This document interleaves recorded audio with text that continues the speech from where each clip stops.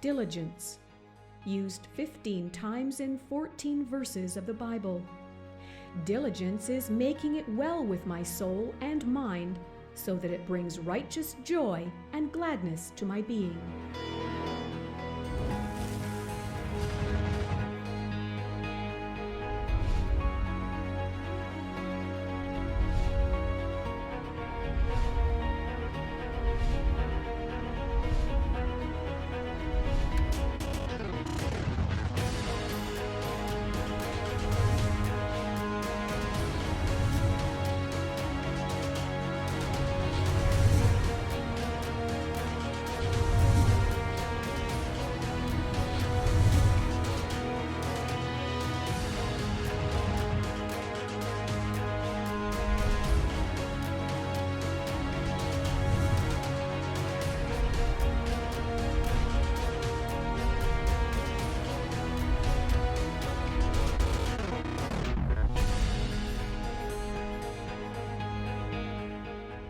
Images of the gold curtain clasp in the tabernacle are images of God's community. Good morning, good afternoon, good evening, wherever you are. My name is Rod Hembry. And I'm Janice. This is the Quick Study television program. Thank you for joining us today as we continue to go through the Bible. We're in the book of Exodus, where the construction of the tent tabernacle is going on, and I want to talk about the language of God. Hebrews reminds us that God has actually inscribed in the physical properties of the tabernacle and also the altar and so on some of the principles of Messiah. It's going to be a very interesting one. Stay there. Corey is here with Bible Archaeology. Corey? Today we are tracking the mysterious history of the Ark of the Covenant. Of course, why not? It has to be done, and we're the ones to do it, not Indiana Jones, but Corey Hembry. All right. The stars are up, and they're telling us messages. Ryan, what's up? Well, what is Pluto? Is it a planet? Is it a moon? What is it? Well, today we're looking at the official resolutions made by the International Astronomical Union. These also remain very controversial. And we'll explain why that's important to you as a Bible reader coming up. We also have Do You Know, Janice? Do you know what kind of oil was to be used to light in the lampstand? Very important. The lampstand, of course, inside the holy place. There were 3 parts to the entire tabernacle structure. And so maybe we'll talk about that coming up a little bit later on.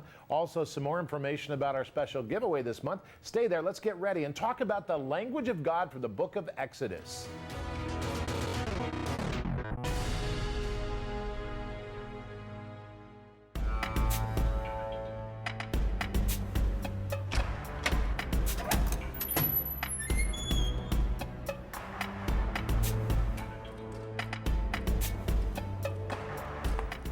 In Exodus chapter 25, Moses is given instructions for the building of the Ark of the Covenant.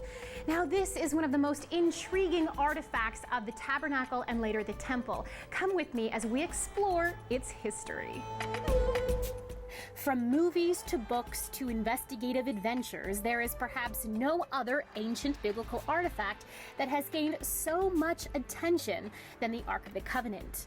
The instructions for making the ark are first given in Exodus chapter 25, with the express purpose of making a container full of symbolism to contain the tablets of the testimony that had written on them the law of God. This accounts for the ark being called interchangeably the Ark of the Testimony, the Ark of the Covenant, the Ark of the Lord, and even the Ark of the Covenant of the Lord of Hosts, who dwells between the cherubim.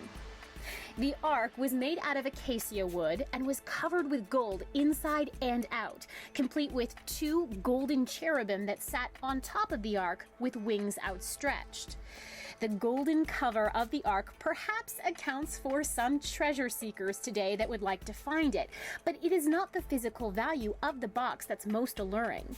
Strange, miraculous events are tied with the Ark of the Covenant all through Scripture. From the history of Uzzah's unfortunate death when he unlawfully touched the Ark, to the enemy Philistines capturing the Ark, only to be met with their idols mysteriously falling before it, and the population becoming sick with tumors until they returned it to Israel.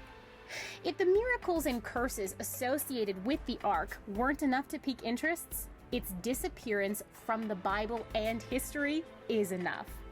During the time period of the Judges, the Ark moved to a few different cities. until the completion of King Solomon's temple, when it received a permanent place in the Holy of Holies. But that is the last it is heard of. It is possible that the ark was stolen in one of the many enemy raids on the temple, but it is never mentioned or listed with the goods taken. Some of the most popular alternate theories are that the ark is hidden somewhere beneath the Temple Mount, or that it resides in Ethiopia, guarded religiously by relations of the Israelites.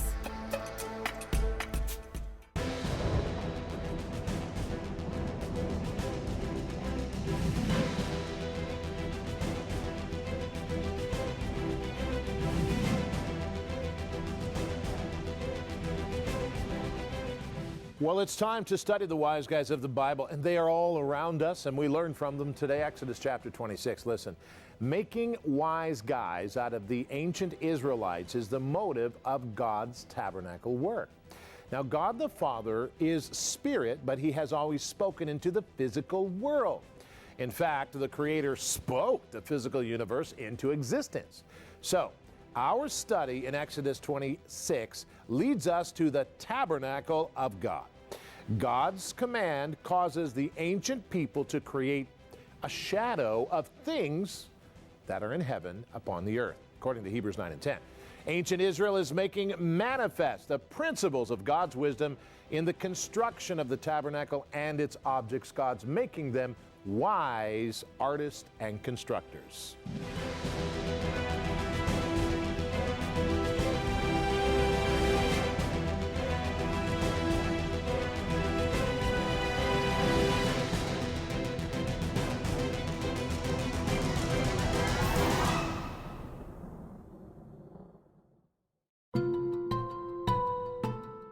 Exodus 26, 1 through 11. Moreover, you shall make the tabernacle with 10 curtains of fine woven linen and blue, purple, and scarlet thread. With artistic designs of cherubim you shall weave them. The length of each curtain shall be 28 cubits, and the width of each curtain 4 cubits. And every one of the curtains shall have the same measurements. 5 curtains shall be coupled to one another, and the other 5 curtains shall be coupled to one another. And you shall make loops of blue yarn on the edge of the curtain on the selvage of one set, and likewise you shall do on the outer edge of the other curtain of the second set. 50 loops you shall make in the one curtain, and 50 loops you shall make on the edge of the curtain that is on the end of the second set, that the loops may be clasped to one another. And you shall make 50 clasps of gold, and couple the curtains together with the clasps, so that it may be one tabernacle. You shall also make curtains of goat's hair to be a tent over the tabernacle. You shall make 11 curtains. The length of each curtain shall be 30 cubits, and the width of each curtain 4 cubits. And the 11 curtains shall all have the same measurements. And you shall couple 5 curtains by themselves, and 6 curtains by themselves, and you shall double over the 6th curtain at the forefront of the tent. You shall make 50 loops on the edge of the curtain that is outermost in one set, and 50 loops on the edge of the curtain of the second set. And you shall make 50 bronze clasps. Put the clasps into the loops and couple the tent together, that it may be one. Exodus chapter 26, verses 1 through 11.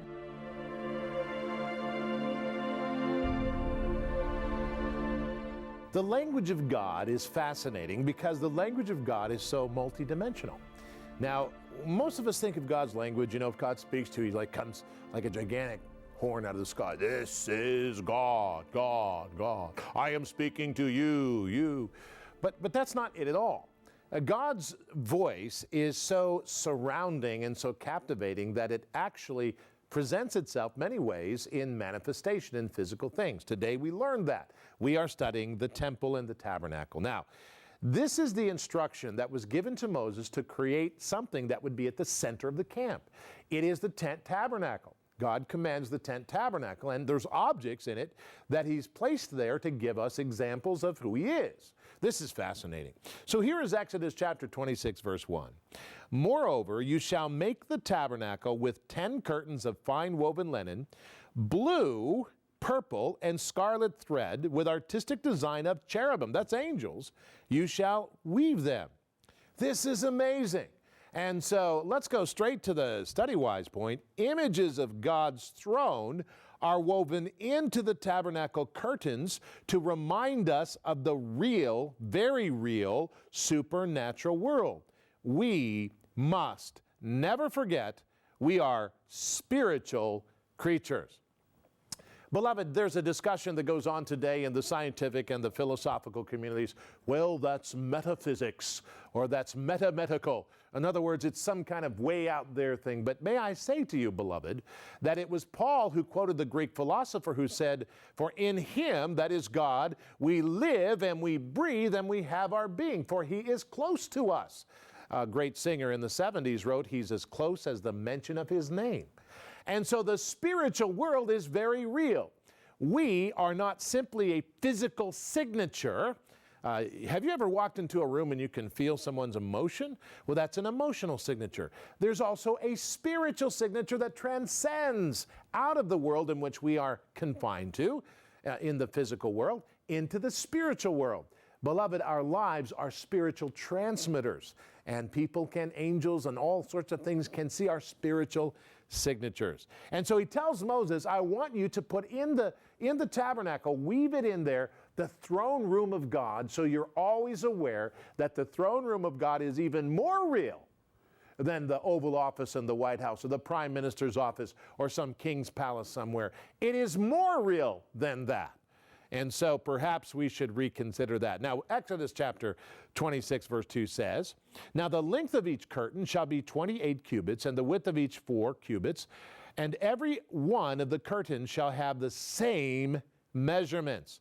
5 curtains shall be coupled together one to one another, and the other 5 curtains shall be coupled to one another, and you shall make loops of blue yarn on the edges of the curtains and on the selvage of one set, and likewise you shall do on the other edge of the other curtains and on the second set.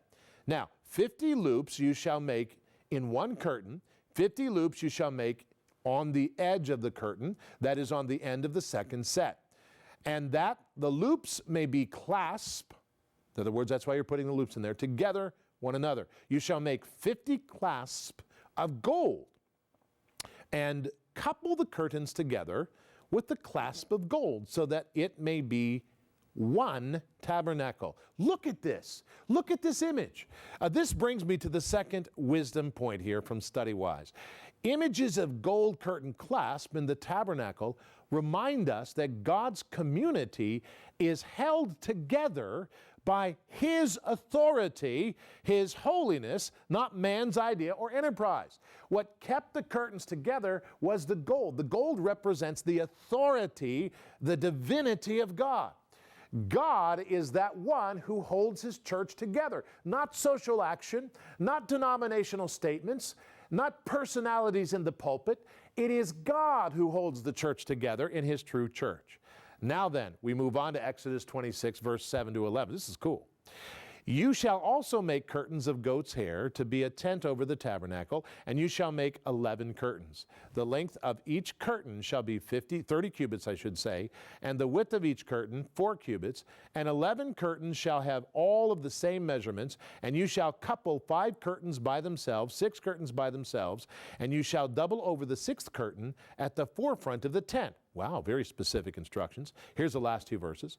"You shall make 50 loops on the edge of a curtain, that is the outermost of the one set, 50 loops on the edge of the curtain, that is the second set, and you shall make 50 bronze clasps to put the clasp into the loops, and couple the tent together that it may be one." Now here we have something else that's very interesting, the image of wisdom. Image of the tabernacle curtain clasps also remind us that unity in God's community comes through God's grace and His power. Understand that it was the altar that was made of bronze. Isn't that interesting? And what we learned, and a little heads up here, that the mirrors were used, in fact, to make that altar, to change the petitions of other religions that the Israelites had, and to modify it to make it work in order that they might see that it is the sacrifice of God who brings them together in the favor of God, not the religions of man. Unity comes from the bronze clips, which remind us it is the unity of God's sacrifice at the bronze altar. Interesting wisdom for today.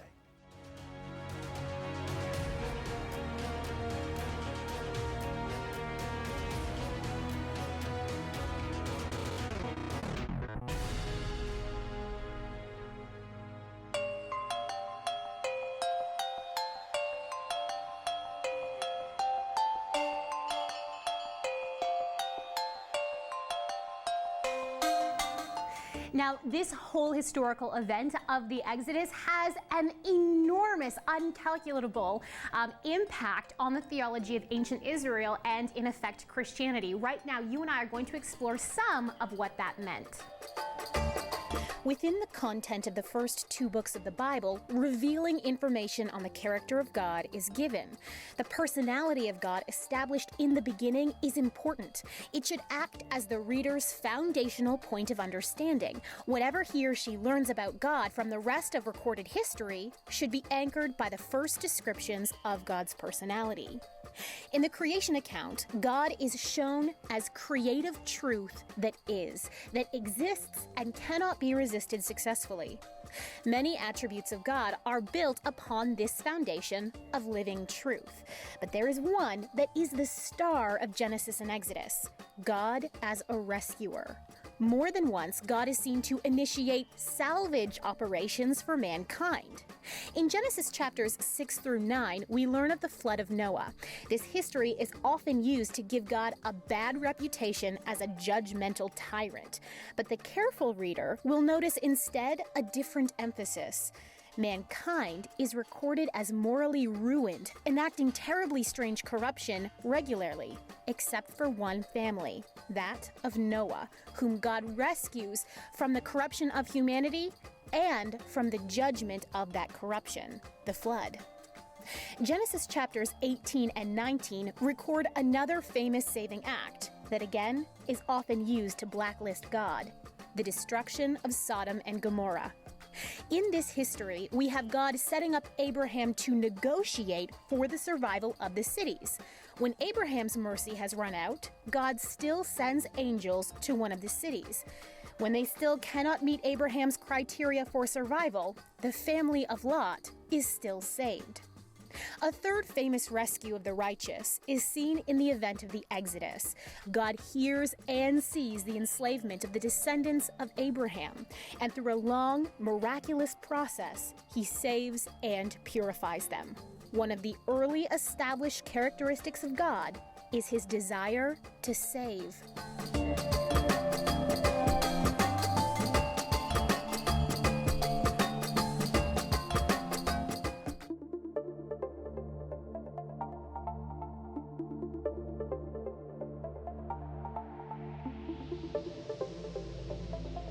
What is prophecy, really?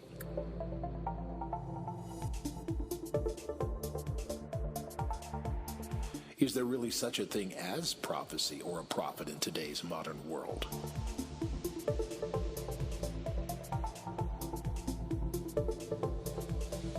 In the last 2 years, many so-called prophets, many of them biblical prophets, they claim, have predicted the end of time and all kinds of events.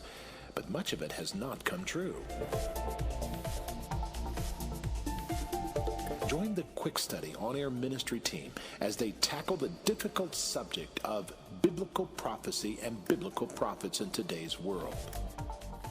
To get your copy today, video DVD of Prophecy, What Is It According to the Bible, send $25 or more to P.O. Box 456, Orangeville, Ontario, L9W5G2. In the United States, send to P.O. Box 150, Murraysville, Pennsylvania, 15668-0150. Or you can call at 519-940-8338. Or in the U.S., 724-733-8336.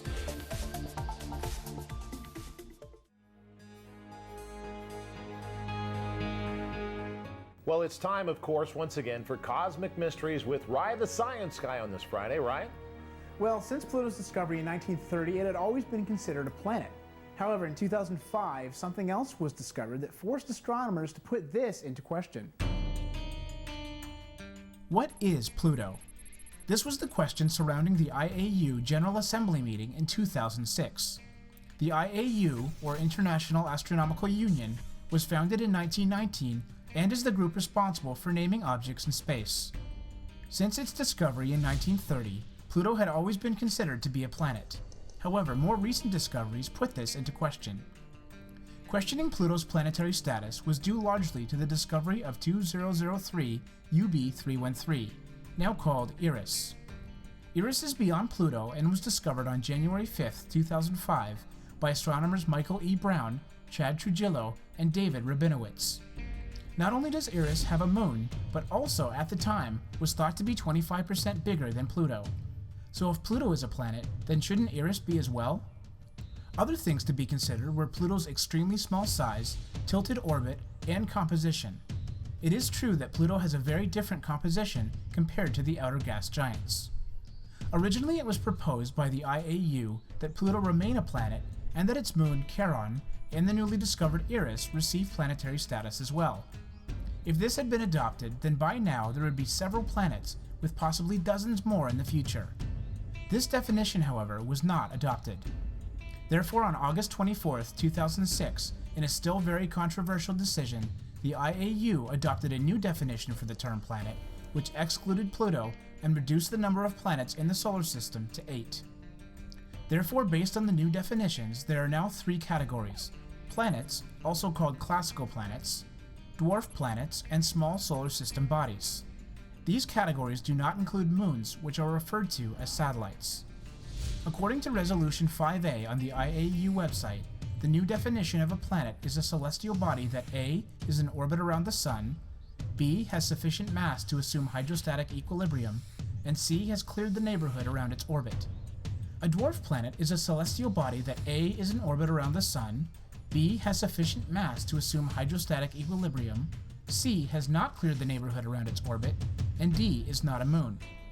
All other objects except moons orbiting the Sun will be referred to as small solar system bodies, which replaces the old term minor planet. In Resolution 6A, the IAU further concludes that because Pluto passes the first 2 tests, but fails the third, it is a dwarf planet. These are the official resolutions made. However, they are not unanimously praised. Many astronomers criticize the last test, where the body has to clear the neighborhood around its orbit. This is because it is uncertain whether even Earth, Jupiter, or Neptune would pass this test. For example, there are many objects close to the Earth's orbit called near-Earth objects, or NEOs for short. Also, the second test, where a body has to have sufficient mass to assume hydrostatic equilibrium, is based on the evolutionary idea that planets formed completely naturally. However, the current official summary of our solar system is 8 planets and 5 dwarf planets. The classical planets are Mercury, Venus, Earth, Mars, Jupiter, Saturn, Uranus, and Neptune, and the dwarf planets are Ceres, Pluto, Haumea, Makemake, and Eris. Now, this is very interesting science, but Ryan, what is your point? Why is it important we know the problems labeling Pluto? Well, it's just kind of funny. The point is that God is very creative in his work, and we as humans tend to want to put things into groups, and there's some stuff out there that they have no idea what it is. So I was just trying to point that out. As a matter of fact, it was even Stephen Hawking, the eminent scientist, who said that really we've only, best estimates, we only know about 4% of the universe, what it really is. And so we're making these assumptions based on only knowing 4%. God knows the other 96%. Very, very interesting. All right, do you know, not about the universe, but about what we read today? Exactly. Do you know what kind of oil was to be used for the light of the lampstand? So Corey is waiting to answer this question. She's just waiting to answer. Go ahead, Corey. Do you know? Really? Yes, you are. Do you know what kind of oil? Well, I don't know, but I could make an educated guess. I'm thinking olive oil. Ryan, what do you think? I was going to say that, but I don't know. Well, maybe we should go with that. Should we call a friend? We'll go with this sibling answer. The sibling answer is olive oil. Well, did you have No, something you you go. wanted to add to that? No, you go right ahead. You're actually right. But this was a different type of oil. It was a pure oil, not used in a press, but they actually, this oil was from crushed olives. And you'll find that in Exodus 27, verse 20. And so, did you know that this is supposed to have been oil, which was from olives not fully ripe, and then beaten or squeezed. It was called beaten or fresh oil. It was considered to be the best and purest, having a whiter color and better flavor, and yielding a clearer light than the ordinary oil press. In fact, this could have been the oil that Solomon used to send to Hiram the king as a gift.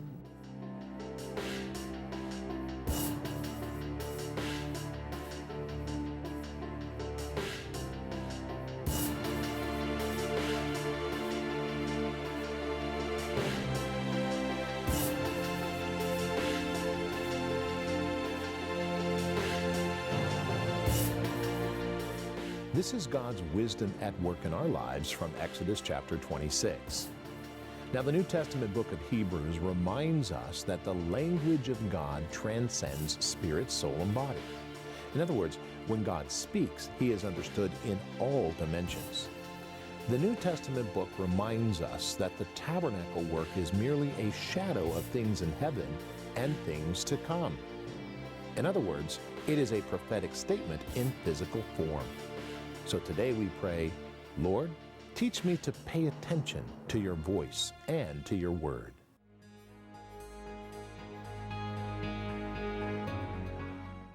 Hey, thank you for joining us today. Our commitment in 2013 is also to read through the book of Proverbs while we're going through the Bible assignments. Today, our reading assignment is Proverbs chapter 5, verses 1 to 6. Now, read the whole thing later, but here are just a few lines from that passage.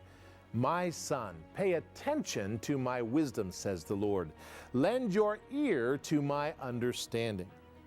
Now, beloved, the wisdom of God is to recognize that human beings are not gods, that we have a nature that is fallen. The great prophet Jeremiah, in the chapter 17 of his great book, says, the human heart is desperately wicked, who can know it? He acknowledges the problem. We have a tendency to be naturally bad. But God so loved the world that He gave His only begotten Son, that whoever believes in Him shall not perish but have everlasting life. The power of the Holy Spirit is available to help us as we give ourselves to Jesus Christ to bear what is called the fruit of the Spirit: love, joy, peace, long-suffering, gentleness, kindness, and faith, meekness, and temperance. Come to Jesus today and grow in the Spirit of God to make the world a better place.